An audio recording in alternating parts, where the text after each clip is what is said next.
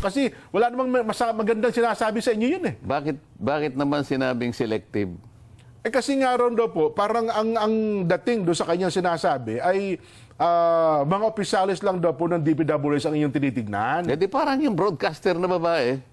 Ayun Yun, po. napanood ko yun eh. Kaya nga magkasintono sila Sen eh. Kaya kung magsalita pa naman yun, akala mo tumatakbo, hindi mo maintindihan, di ba? Oho.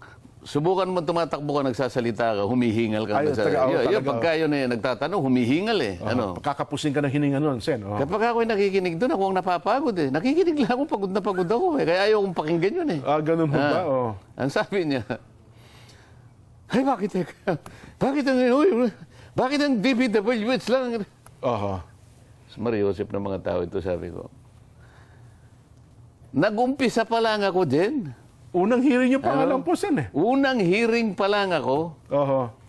Alam ba niya kung gaano kalawak?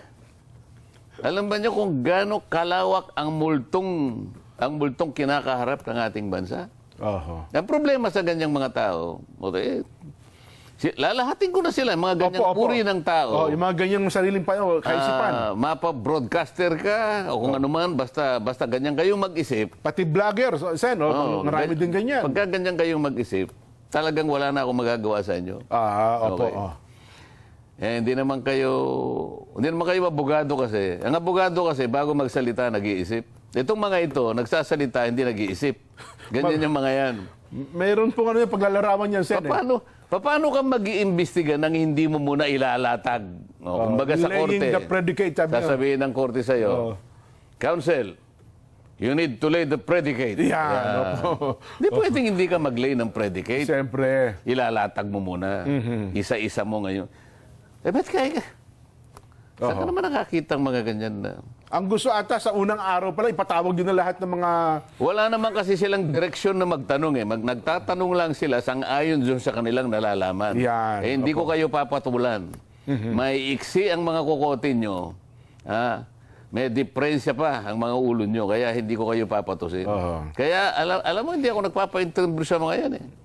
Sabagay, yung babae na yun, ng broadcaster, hindi ako interviewin nun kahit anong mangyari. Sa nervyos niya siguro. yun ang tingin nyo, Sen. Kahit anong mangyari talagang hindi sila magtatangka na... Sinubukan ko nang magparating sa kanya na pakisabi mo nga sa kanya ako na interviewin naman niya ako. Yan. Kasi ang nakausap ko, isa sa pinakamatalik niyang kaibigan. Okay.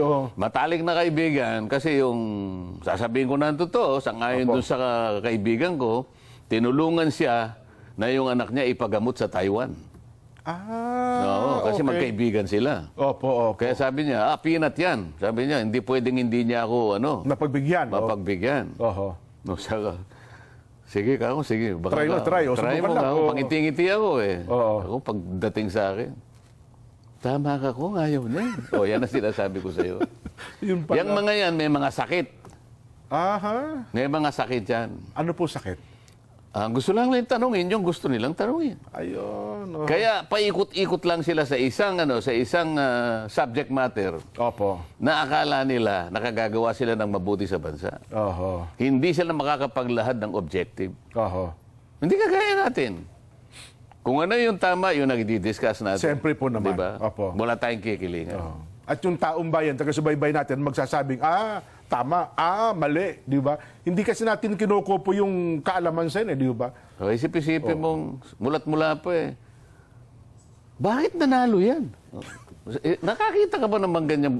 Broadcaster ba yun? Parang, anyway. Hindi kaya, kasi ganyan, sabi naman nung kausap. Hindi nga eh. 2.8 million lang sila eh. Ganun. Bakit ba pinipilit niya yung kanyang gustong mangyari? Para panatilihin niya sa kanyang sarili na si ang tama, na sa kanyang panukat, hindi ako mananalo. Akalain mo magtiwala siya sa sarili niyang pag-iisip. Tingnan mo nangyari ngayon. Yun na nga. Nagmukha siyang tanga ngayon, hindi ba? Totoo po. Pwede ko na sabihin sa kanila ngayon lahat. Minsan kasi naman yung pagkakamali, madali naman tanggapin eh. At ngayon, yung mga ini-interview niya, ngayon, bahala sila. Magpa-interview kayo sa tanga. Oh, yeah. Yun ang pinakamasakit sa lahat. Wala akong ospital dun eh. Ang atin hong magiging... Ito mo, pati protection sa iyo pa. Oho. Oh, paano naman? Ngayon, yung politiko, magpaka-politiko ka na lang. Hindi eh. Gusto maging negosyante rin eh. Kaya nga tawag sa iyo Honorable Congressman, di ba? Yan. Honorable Senator. Pwede mo bang tawaging Honorable Contractor? Hindi mo pwede Hindi yun. honorable ho yun. Hindi honorable. Contractor ka, gusto mo pang maging congressman. Hindi pwede yung gano'n. Ito yung conflict of interest. Diyan nagsisimula, kaya tayo nagkakaganito eh. Hindi, ang problema kasi, Sen, simula pa lamang ng isang negosyante, namumuhunan na, parang konsihal pa nga lang eh. Pinupuhunan na yung politiko. No? Pagdating na araw, magiging congressman ka, magiging mayor ka, etc. etc. Napakalaki ng puhunan na. Okay lang sa akin yung halimbawa, magsikap ka at pagkatapos magnasa ka, magsilbi sa bansa. Okay lang yun eh. Oo. Pero hindi sa paraan na nasa isip mo, kaya ka gustong magsilbi sa bayan para lalo kang makagawa ng negosyo mo na mapoproteksyonan sa pamagitan ng posisyon mo. mukhang- Yun ang mali. Mukhang kakaunti na lang ang bayaning ganyan. Katapos-tapusan naman kasi, may kasalanan din ang mamamayan eh. Oo. Akalain mo naman, kilala mo naman yan, wala namang gagawing matuloy, pinipilit mong iboto kasi. Hindi, sabi Wala nila naman kasi... tayong pinatutungkulan, kaya lang, alam natin lahat yan. Oho. Hindi, sabi nila, pagka hindi ko naman ito binoto, matatalo lang din yung iboboto, baka ako lang ang bumoto doon sa isang tao na yun. Hindi na ako boboto kung ako. Kung iboboto ko lang. Di ba? Hindi ba? Yun na nga. Oo. Nako. Ngayon lang, alam na ninyo eh. Oho. Isip-isipin mo itong mga tumutulig sa, kauumpisa ko lang dyan eh. Unang araw niyo pangalan sa hearing, Sen eh. Ako, bilangin po ninyo bilang senador, wala pa po akong 2 buwan. 1 buwan at 3 linggo pa lang ako. Oo. Pagkatapos magsasalita na itong babaeng ito, magsasalita yung sinasabi mong Mr. DBD. Oo. Ang gagaling naman ninyo. Tumakbo nga kayo sa politiko kung mananalo kayo. Kasi para bagang pagka sinabi nila, parang obligasyon niyo pang sundin, Sen. Para bagang pag kung ano sabihin nila, yun ang susundin. At saka yung Mali parang eh. napakatalino. Okay lang sa akin, yung matalino kayo, walang problema sa atin. Yung magpakatalino kayo. Ay, gusto nilang gano'n, di okay lang. Pero kung halimbawa gagamitin ninyo sa paraan na hindi man kayo nakakatulong eh. Opo. Di ba? Nagkukunwari lang kayo na matalino, ang dami niyong naililigaw eh. Oho. Sip-sip sasabihin niya, bakit kanya ang palaging binabanatan mga DPD.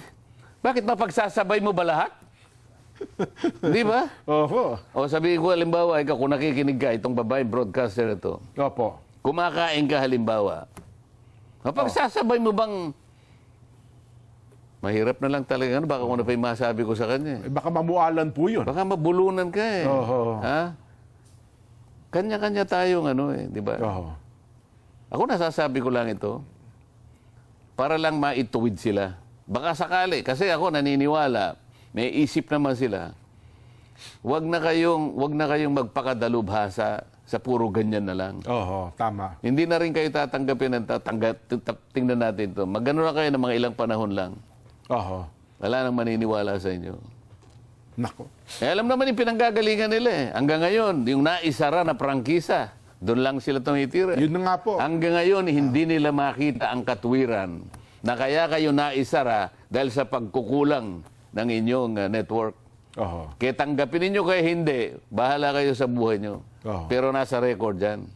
Yung pagkukulang ng may-ari. Nagkulang kayo. O ayaw nyong aminin. Oo. O. Pagkatapos ngayon salita ng salita na akala mo totoo mga pinagsasabi. Akala mo ang galing eh. Oho. Subukan mo akong imbitahan. Subukan mo. Yan. O, ngayon, ayaw mo akong maimbitahan, tumigil ka. Yan lang. Yun na nga. Ay, nako. Basta yun. Anyway, Sen. Nabanggit ko yung tuba. Doon. Opo. Dahil nga ang pinag-uusapan mga kontraktor sa panahon Okay. ito, Opo. si San Miguel daw, at saka yung, San Miguel. at saka si Satanas, nag-uusap. Aba, Nag-uusap. may senaryo pa, no? Oo. Nagkausap daw, may mga labi yung sa impyerno. Meron daw silang kamag-anak doon sa langit. Ano? Ba, oo. na paminsan-minsan pwede ba ikang madalaw din, ano? Ngayon, maski naman si San Miguel ba ang tawag doon? San Miguel Arcangel. O si San Pedro. San Miguel San Miguel. Maski naman daw doon sa kanyang teritoryo, meron naman daw may gusto ring puntahan naman sa baba yung ilang mga kamag-anak. Ganun po gusto at rin mga puntahan. kaibigan. Ngayon, mangyayari lamang yan, sabi niya, kapag kapwa tayo gumawa ng bridge. Diba? So lalagyan nyo lang ng tulay, ano? Tulay. Ngayon, ganitong gawin natin. Hati tayo sa gastos. Sabi ni... Arcangel, Gabriel Arcangel. Bakit Arcangel na pinag-uusapan? Si Gabriel, sabi niya pa, si Gabriel Arcangel. San Miguel. San Miguel. Sarbi. Sino ba yung nagbabantay? Si San Pedro ata. Si San Pedro. Si San Pedro. Mali-mali naman kayo eh. Etong... Hindi kami sanay sa ganyan mga kwento kasi nadidistract ako dito sa cameraman na to. Makasipat eh. Tingnan mo. Sabi daw ni San Pedro. Opo. O sige, hati tayo sa costas. sa gastos. Sige. Basta sa gitna. Basta ito yung gitna. Ito yung langit, gitna. Ito yung impyerno, gitna. Sabi niya, 30 days ang bawat isa. Kailangan matapos ang bahagi natin. Kasundo, 30 days. Basta within 30 days, matapos ang kalahati natin para makonstruct yung bridge. Tapos, Hindi pinirmahan ng kontrata. Si Satanas, 29 days natapos niya. Nandun na, nasa Advance gitna. na isang araw, So the bridge from hell, natapos niya ang kanyang kalahati. Nakagitna. Okay. Nagtataka siya ganun, tinitingnan yung kalahati. Ba't ikaw walang nagsisimula sa kanila? 30 days ang usapan. Tinext niya ngayon si San Pedro. Peter, sabi niya, paano mo ikaw matatapos ang bahagi mo? 29 days na. Di ka pa nagsisimula. Alam mo sa sagot ni San Pedro? Na-overestimate ko yung capacity ko eh. Okay. Pasensya na, sabi niya ganun. Wala akong makitang contractor dito sa panig ko. Nasa iyo lahat eh.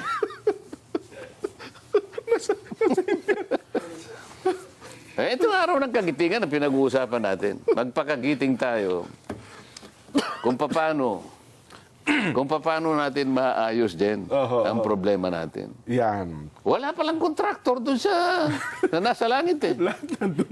Nandun lahat sa impyerno. Siguro nga, isip-isipin mo naman Isip-isipin mo naman. Baka naman mayroon. Alam nyo naman, saan tayo naman umaasa. Sa totoong buhay naman, sa totoong buhay siguro, ay meron pa rin naman sigurong...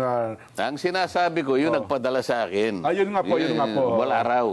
Wala naman ako sinasabi sa totoong buhay. Ang sinasabi ko, yung pinadala sa akin. Yung kwento ng memes. Kasi baka magdamdam naman sa atin yung ating mga kaibigan dyan sa...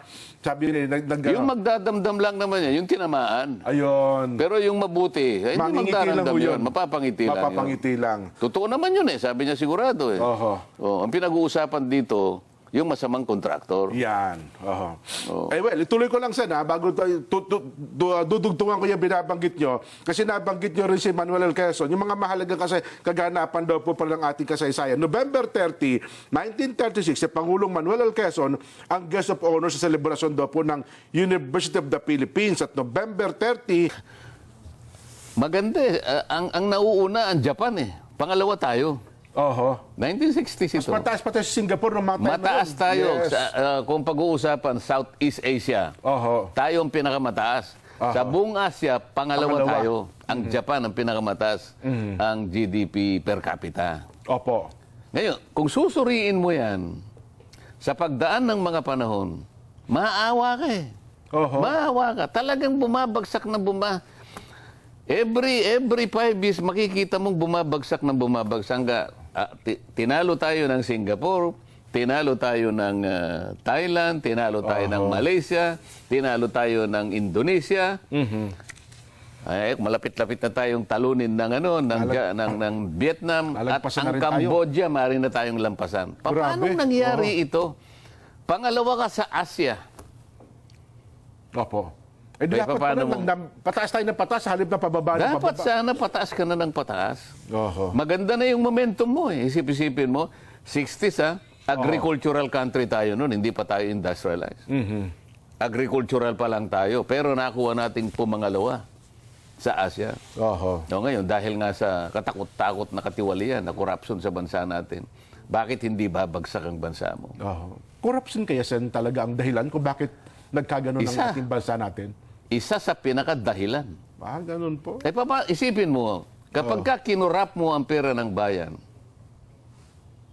dalawang bagay lang makikita mo riyan eh. Oho. Natalo ang mamamayan kasi yung serbisyo na para sa kanila, lalong-lalo na yung nasa panig ng mahihirap, Opo, na ipagkait. nawawala lahat yon. Hindi na ibigay, na ipagkait po. Tama Pagkatapos yung pera kayo. Oho. na dapat gugulin nga para sa kanila, kinurakot pa't dinala sa bulsa nila. Oho. Paano mabubuhay? Paano nga asenso ang isang bansa? Makikita mo, maski sa corruption index, pinakamahirap na bansa, pinakamataas ang corruption. Parang may may direct correlation ang tawag nila dyan. Pagka pinlat mo yan, halimbawa, Magpapanag po, pag pinlat mo yan, ang talagang makikita mo yung correlation. Eh. Ayun. Sa statistics, madali yan. Eh. Opo. Gagamit sila ng dependent variables at saka independent variable. No? Ang independent variable, halimbawa, flood control, sabi niya. Makikita. Talagang tatama, sasakto talaga. Babagsak ang bansa mo talaga.